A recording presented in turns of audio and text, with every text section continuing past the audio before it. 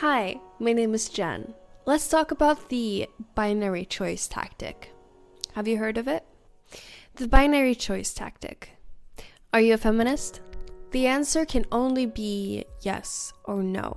And if your answer is no, you're a bigot. If your answer is yes, you're in the clear. You're good. You made it.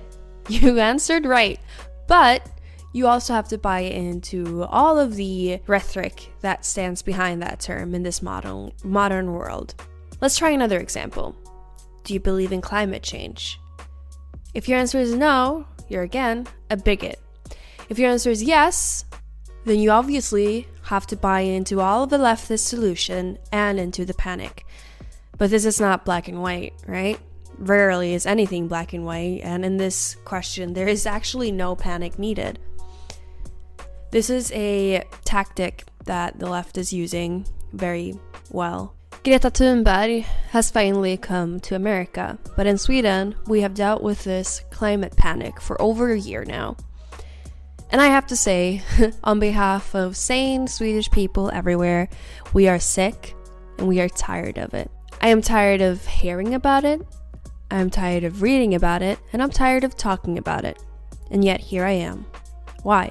This video is really not going to be about climate change. This video is really about the fall of Sweden and how it's so damn convenient that Greta Thunberg came from here. That she's the prophet of panic all the while Swedish citizens have been told to sit down and shut up for so long.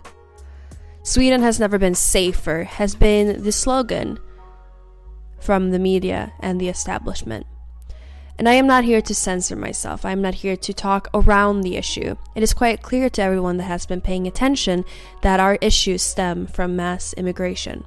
It is laughable that our government calls itself feminist while it's quite clear that women and children are the ones who are suffering in the most gruesome ways. I deem rape and suppression of freedom to be the most heinous of crimes that are happening within our borders today. One could say that all of the Swedish government is left-wing.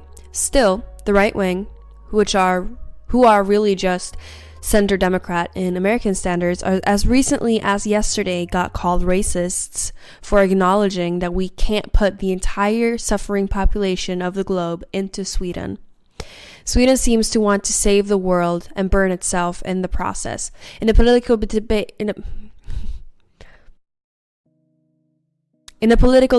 between the parties in parliament, the increasing gas prices were discussed. It was quite clear that the Green parties just want to raise the gas taxes until people just don't drive cars anymore. Completely ignoring that so many of us live in small, rural, remote towns or even outside of them. It is common, just like in America, that households own 2 cars to take their kids to school and themselves to work. We can't take a bus that does not exist. We can't bike to work when work is 50 kilometers away or more. Celebrities condemning air travel while on their private jets. Rich influencers wanting government to take on dictatorship strategies to implement green ideas. Rich politicians condemning plastics while their party hands out plastic ring covers with their logo on it. For the regular Swede, the climate cult is all a bunch of privileged, out-of-touch elitists. I am tired of talking about Greta Thunberg, and I am sure you are too. Many people have said it better than me, and those videos and articles I will link under this video. They put on a good spectacle though, and the strategy worked perfectly. I mean, the media team behind Greta Thunberg, of course. And asking kids to skip school? Fucking brilliant. What a better way to create a believable astroturf. And what a way to make yourself untouchable by making the leader of your movement a child, so that any criticism of the movement itself can be boiled down to child bullying. And yes, I know, there has been some nasty comments made about her, and I do not condone them. But what person in the political debate has not been made fun of? For years and years, the Swedish media and the establishment has warned us about the rise in racism and white nationalism. For years and years, the Swedish Democrats and their voters have been labeled racists for talking about issues with mass immigration. And now we are here. The issues are severe, and a couple of months ago, it peaked when a woman, while carrying her baby, was shot in the head and killed. All of a sudden, it was a great time for politicians to condemn the crime in Sweden, but the damage had already been done, and is being done all around Sweden. See, what happens when you bring in more people into your country than your country can handle? What happens when you bring people into your country that does not want to learn the language or adopt its values? It's an interesting dichotomy here in Sweden, where we are extreme in the social justice department with the feminist government, politically correct language, and things like gender neutral daycare. But then we have a rise in sexual harassment and rapes and gang rapes on the other hand. Some cultures we are bringing here have no respect for Sweden, and some have no respect for women. This is the hard truth. The migrant crisis, as it was called, came in the year 2015. Only 1 out of 10 of these migrants had a job within 2 years, according to the most recent statistics. 8 out of the 10 municipalities that took in the most migrants now have higher unemployment rates than the average municipality in Sweden, according to the same study. There just aren't jobs for analphabetic migrants, a person from a qualitative study on one of these cities mostly affected by the crisis harshly states. Sweden has a very generous welfare system. The thing is that the welfare system is bleeding. The taxpayers can't pay for people who don't give back. The Swedish welfare system is built on taking and giving back.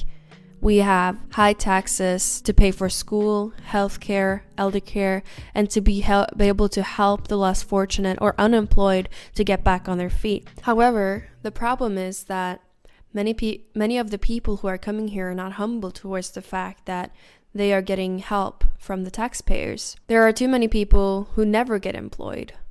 Too many people bring crime, spit in the face of Swedes, and live on the taxpayers' money. Sweden doesn't owe it to the world to save the less fortunate by bringing them here and letting young criminals burn this country down.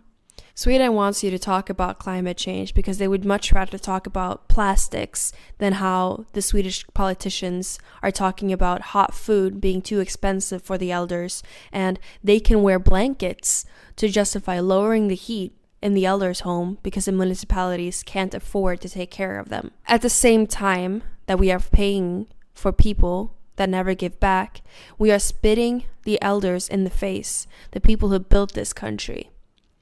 The people who have worked all their lives get worse treatment than the criminals burning cars who keep getting paid by the system. I am of course not insinuating that all immigrants living in Sweden are living on welfare.